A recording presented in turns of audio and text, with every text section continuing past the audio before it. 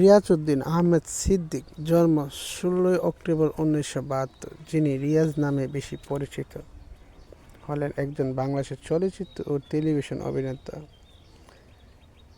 তাকে প্রথম মারপিট ও নাট্যসহ বিভিন্ন ধরনের চলচ্চিত্রে অভিনয় করতে দেখা যায়।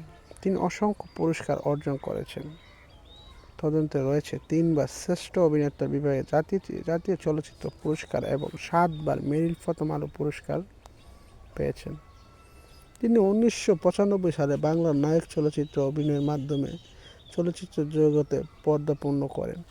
কর্মজীবনের শুরুতে কয়েকটি চলচ্চিত্রে পার্শ্ব চরিত্রে অভিনয়ের পর ১৯৯৭ সালে মোহাম্মদ হান্নান পরিচালিত প্রাণের চেয়ে প্রিয় চলচ্চিত্রে প্রধান অভিনেতা হিসেবে অভিনয় করে ব্যবসায়িক সফলতা লাভ করেন এবং একই সঙ্গে জনপ্রিয়তা অর্জন করেন। এরপর তিনি বাংলাদেশের অনেক প্রখ্যাত পরিচালকের চলচ্চিত্রে অভিনয় করেন। তিনি হুমায়ূন আহমেদ দুই দুয়ারী চলচ্চিত্রে রহস্যের মানব চরিত্র, তৌকির আহমেদের দানচিনি দ্বীপ চলচ্চিত্রে শুভ চরিত্রে এবং কিছু জাদু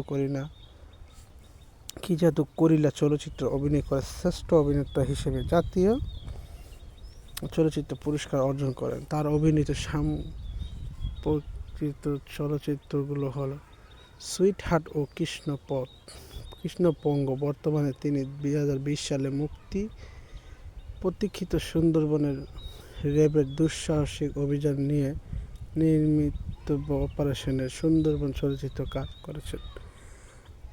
নানা মাধ্যমে কাজে সক্রিয় অভিনেতা রিয়াজ চ্যানেল আই-এর হ্যান্ডসাম দি আল্টিমেট ম্যান প্রতিযোগিতার দ্বিতীয় মৌসুমে প্রধান বিচারক হিসেবে দায়িত্ব পালন করেন। ১৯২৪ সালে সরকার পতনের পর থেকে তিনি আত্মগোপনে আছেন। রিয়াজ নিজ পরিবারের কেউ অভিনয়ের সাথে সম্পূর্ণ না থাকায় তার ৩ চাচাতো বোন কোহিনূর আক্তার, সুচিত্রা, ফরিদা আক্তার, বনিতা ও গুলশান আরা চম্পা বাংলাদেশের বিখ্যাত চলচ্চিত্র অভিনেত্রী। ছোটবেলার জনপ্রিয় টিভি সিরিজ টারজান এবং বাংলাদেশের পূর্ণদৈর্ঘ্য চলচ্চিত্র টারজান তরুণ রিয়াজের উপর বিরাট প্রভাব বিস্তার করেন। তাছাড়া টম ক্রুজ অভিনেত্রী হলিউড সুপারস্টার চলচ্চিত্রে টপ গান এবং পুনর্নির্মিত টারজান চলচ্চিত্র ও তার অনুপ্রাণিত করেছেন। ১৯৯৪ সালে তিনি চাচাতো বোন ববিতার সাথে বাংলাদেশের চলচ্চিত্র উন্নয়ন কর্পোরেশনের ভবনে এসে প্রখ্যাত অভিনেতা প্রযোজক জসিম এর নজরে পড়েন।